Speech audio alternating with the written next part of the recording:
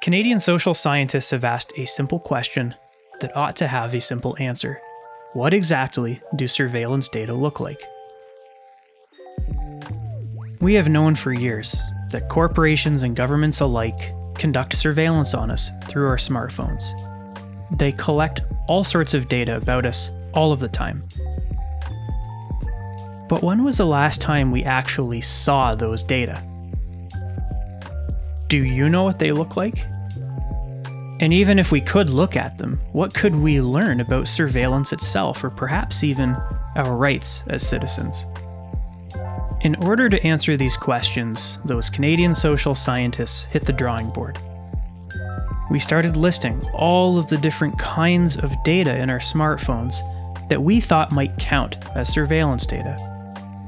We then began figuring out which of those data corporations and governments tend to take the most.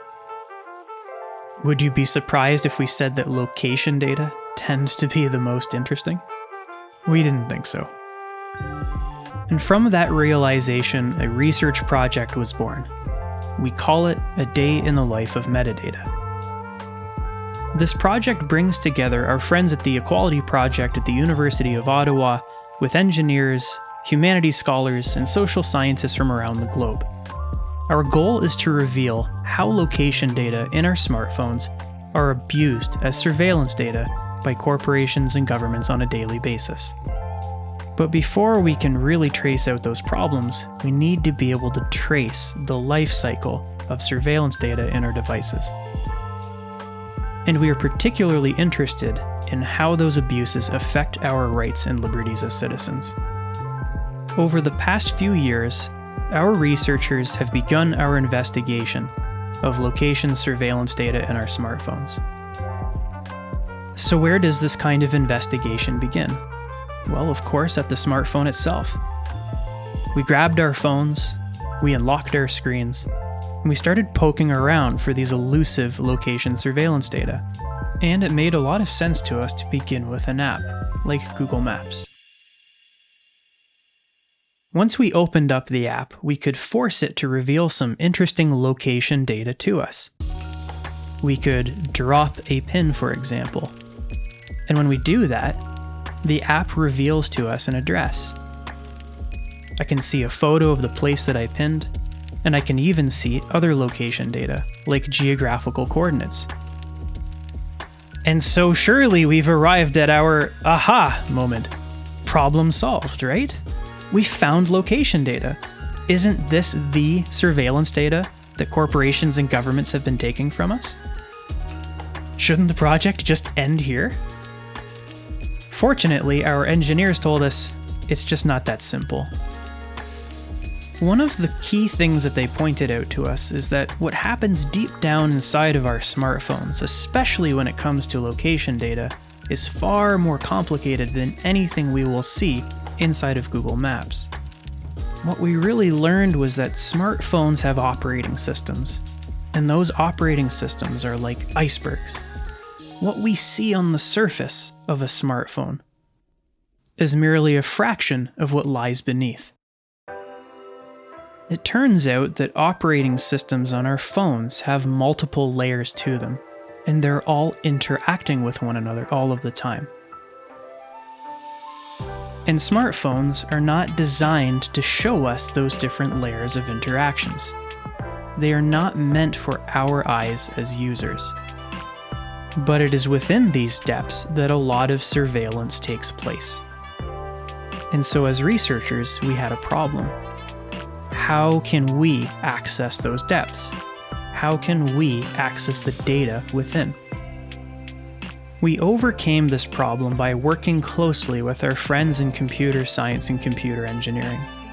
We developed specialized software, and that software allows us to take a deep dive into the smartphone's operating system. And that software also allows us to visualize what's happening. So let's go on a little journey together. What you're seeing on your screen right now is a visual representation of the multiple layers of your smartphone's operating system. An Android device, to be precise. Not only can we see multiple layers of the operating system, but we can also see location data moving throughout those layers. If we direct our attention near the top of this operating system stack, we can see that location data are being sent from the bottom of the device to an area called the Java API framework. By identifying this framework, our researchers were able to determine that this layer is responsible for processing requests given to it by apps to receive location data as they are made by the smartphone itself. As this layer receives raw location measurements from the phone, it formats them, it calculates them, and it organizes them so that they can be given to the app to be used efficiently and to be understood as effectively and as meaningfully as possible. Notice on your screen that there is a section of the Java API framework called the Address API. It is sending the Google Maps app data from deep within inside of the phone. If we inspect this stream of data, we will see that a lot of its contents are similar to what we saw in the Google Maps app earlier. Mailing addresses, geographical coordinates, and random points of interest. But if we continue inspecting down the stream of location data, things become a little bit more complicated.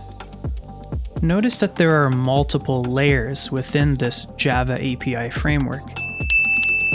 Each one of them has its own bundle of algorithms. Each set of algorithms have their own responsibilities for calculating and handling and moving location data in different ways. One of these bundles of algorithms is called Google Fused Location, and as you can see, it is very active. It is sending and accepting data that moves both up and down the smartphone itself.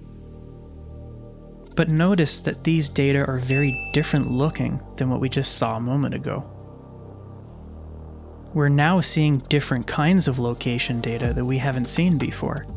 Altitude, speed, accuracy, and the time expressed in nanoseconds. Why can't we see these data in Google Maps? The app is receiving them. How bizarre. Let's keep digging. If we look deeper into the operating system stack, we can see a layer that is sending data upstream. It looks like these data are coming from this red layer at the bottom, called the Linux kernel. This layer is responsible for speaking to the hardware within the smartphone, such as the Wi-Fi antenna or the microphone. But there's one piece of hardware that we're particularly interested in, and it's called the Global Navigation Satellite System chip, or GNSS chip for short. The GNSS chip is responsible for accepting signals sent by navigation satellites. Let's have a look at what those data look like. I imagine you are just as surprised as we are. There are a lot of different kinds of data here. Satellite ID numbers, constellation types, pseudo ranges and carrier frequencies. What is all of this? What does this have to do with surveillance data, and why is it happening so quickly? Is this what satellites are sending to our phones? What do these data actually mean, and to who? And most importantly, why does Google Maps get them, but we as users of the phone cannot see them ourselves? What are Google and its partners and law enforcement communities, or even advertising networks doing with these data? What stories do these data reveal about surveillance on a daily basis? And what kind of implications might they have for our rights and liberties as citizens? The deeper we go, the more questions we come up with. And that's why it's important to continue digging. So I encourage you to get involved and be creative about the kinds of collaborations you can come up with, not only in your classroom, but with other colleagues from around the university that you wouldn't normally work with. And by doing so, we hope you'll join us in continuing our pursuit of learning about the harms caused by hidden surveillance taking place in the otherwise inaccessible depths of our smartphones on a daily basis. For more information, for project updates, or if you'd like to become involved as a collaborator in our project, visit us at aditlom.org.